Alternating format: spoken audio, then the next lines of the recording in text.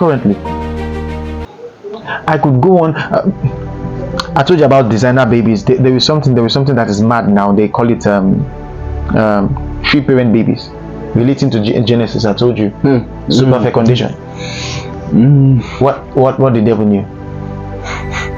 But when all this thing will come into fulfillment and fusion is when the last 6, which is the 6G. So now all the implementations are in place. Everything are in place. That is to say they've set everything. Everything just waiting for the time. Yes. And when it comes, they hit on. Yes. That's why they tell us the 6G is about to come 2028 to 2030. But before 2028, before 2030, the prophecy concerning the last 6 must begin to unfold. Number 1, order will be given out of chaos. I mean, is it a chaos out of order, something like that?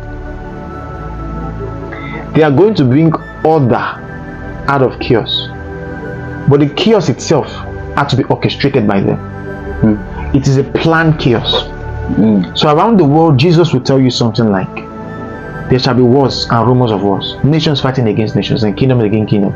These are chaos being orchestrated by the same people, and what they will do is to bring order out of it by introducing peace to the world.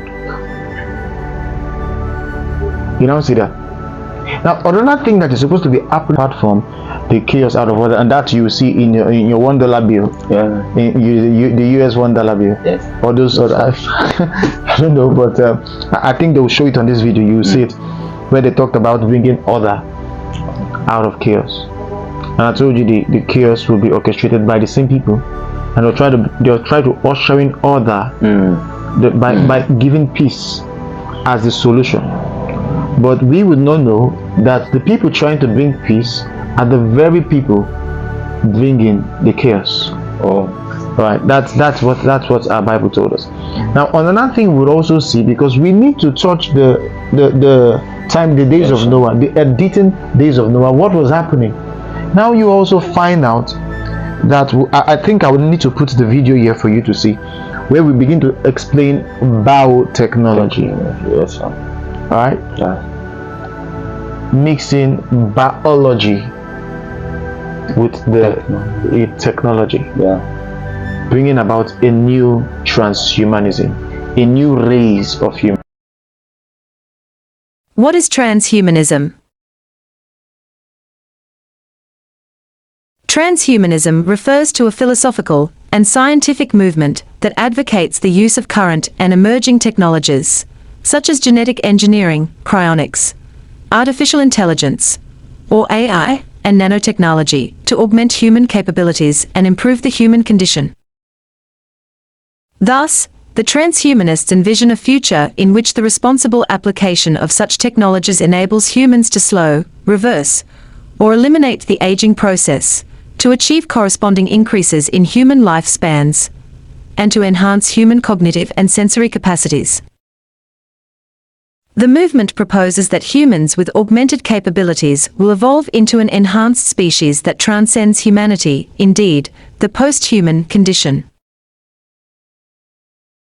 The term transhumanism was popularized by the English biologist and philosopher Julian Huxley in his 1957 essay of the same name. Huxley held that it was now possible for social institutions to supplant human evolution in refining and improving the human species. Although Huxley was principally concerned with advancing the human condition through social and cultural change, the general notion of humanity transcending itself came to be adopted by the emerging transhumanist movement, which coalesced around significant scientific advances. It's amazing that is already happening now. That is already happening now. It's not something that's going to happen tomorrow. It's already happening now. But you see, the best technology to make sure that this thing stays is not 5G. Because 5G is not even efficient enough to carry this. Yes, 5G is not efficient. So they are bringing and ushering a new technology called the 6G. And when that is ushered in, the 6G technology, Yes, sir. I need you to understand that we are fully in the age of man. 6 days of creation, the day of man, and the day of technology. Because we are about to see what happened in the days of Noah and in the Garden of Eden will play itself again on earth. Okay. Sir, so what are you trying to tell us? Like, when humans see such, what are we to do? You know what the Bible says? The Bible says this: don't despise prophecies. Okay. As Christians, you should not despise prophecy. We should be aware of the times. Okay. It's amazing that almost everything that Jesus Christ and the Bible talked about the coming of the Lord, almost all of them are fulfilled. Almost all. Okay. If I would even say all, but I might be misplacing some scriptures. I stand to be corrected. But almost all of the scriptures have been fulfilled in our time. So we are seeing yet the age of biotechnology, where humanity will be mixed. Our gene will be edited, where man will be mixed with technology. Isn't it amazing? Even in the garden, God was not even angry, or God was not bothered when the tree was outside of man. God was not bothered allowing the tree to be in the garden, but the moment they ate of the tree, God came. Yes. Why is it that the moment they ate of the tree that was supposed to give them a knowledge of good and evil, God came? It is still the same thing that will happen when man take of that tree. That's why God warns that He is not hungry for gadgets, for technology to be around us. Okay. God is not hungry when we drive cars. Yeah. God is not angry when we have handsets, we have technology around us. But God would be mad when the technology begins to go into His creation, because it is us that don't know what the technology is all about. I think I will need to do another video where I need to explain what the technology is all about, and why is it that God said anyone that receives the mark would never be saved. Okay. Sir, please, these gadgets they are about to install in this generation, is it that is going to make life easier or more difficult, or what will be the outcome of it? From the onlook of things, yes, science has always made life easier for us. So we cannot come out and say, well, science has made life more hard for us. No, when you go to the hospitals and most of this happen, you could see what science has. Yes, sir. Yeah. You know, even cars. You look at your car. It's a technology. Yeah. Right. Look at how car makes life easy.